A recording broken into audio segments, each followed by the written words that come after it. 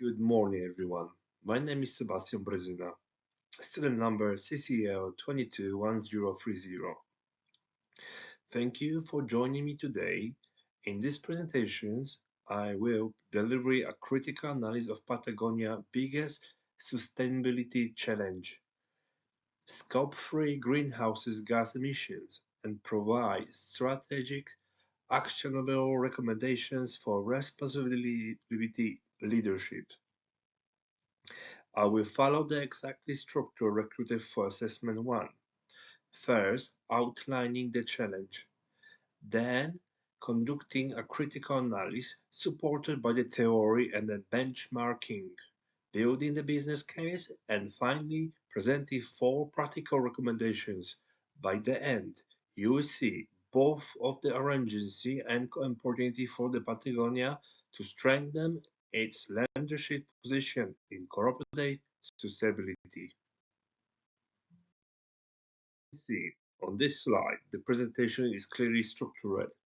We will begin by examining Patagonia's Scope 3 emissions challenges in the detail. I will then apply relevant theoretical frameworks and conduct benchmarking. Next, I will build a compelling business case. Finally, I will outline 4 targeted recommendations with measurable outcomes. This will provide a solid foundation for my assessment 2 implementations plan. The premier outdoor apparel company with a global reputation for environmental activism. Founded in 1973, the company has constantly championed cases such as protection public lands suing the US government over national monuments and donating millions to grassroots environmental organizations. However, despite these strong public commitments, Patagonia faces significant internal challenges. Its vast and complex global supply chain, while the company leads in many areas on transparency and product stewardship, its Scope 3 emissions remind that the dominant part is all its carbon footprint and it represents the most material sustainability issue it must address. To Patagonia's latest sustainability report for FY 2025, Scope 3 emissions account for 99% of the company's total carbon footprint, totaling 182,646,000 tons of CO2. Of this, textile manufacturing alone is responsibility for 86%.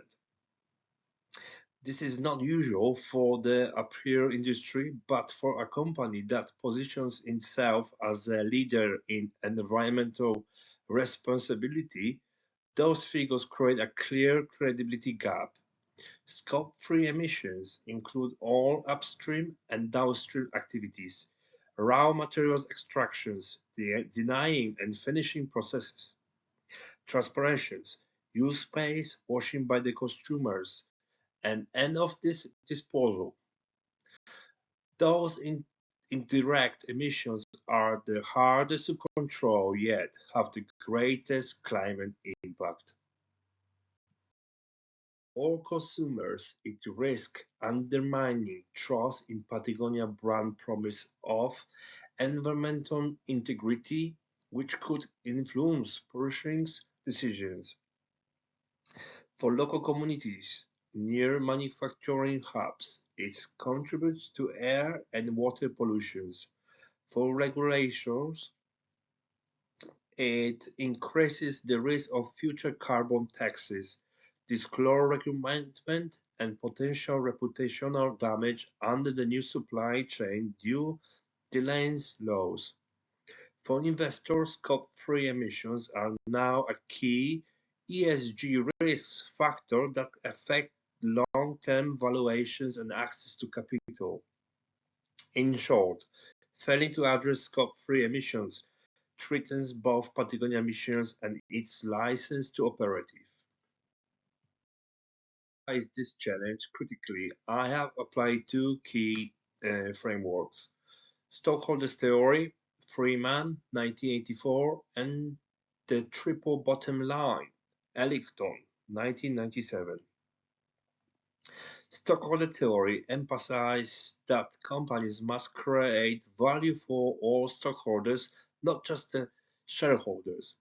In Patagonia case, this means balancing the interests of suppliers, factory workers, consumers, and future generations. The triple bottom line framework requires simulations, attention to people, planet, and the profit. Patagonia reaffirms strongly on the planet and people pillars through its activism and repair programs, but the massive Scope 3 emissions reveal a gap in the fully integrating environmental performance across the entire value chain. Recent literature on the critical economy and sustainable supply chain strongly supports the needs for systemic change rather than incremental improvements. Benchmarking against peers shows Patagonia already leads in the transparency and is award-winning World Wear repair and restore program. However, competitors such as Reformations, Aline Fisher, and even some fast fashion brands moving through forward traceability are accelerating their decarbonization efforts. Patagonia must act faster to maintain its first move advantage and avoid being overtaken in the race for net zero supply chain. Case for tackling Scope 3 emissions extend far behind complaints or public relations. First, strong actions will challenge brands' reputation and consumers' loyalty, Patagonia's core competitive advantage. Second, it will build resilience against future regulatory shocks and supply chain dispute cases by climate change. Third, it opened new revenue streams through critical business models such as expanded reserve, rental, and recycled material product lines. Finally, the wider societal benefits include significant emissions reductions, improvement in livelihoods in supplier company communications, and in this industry-wide influence. Patagonia has the credibility and resources to lead again new transformations in the outdoor apparel sector. I propose four recommendations. Recommendation number one: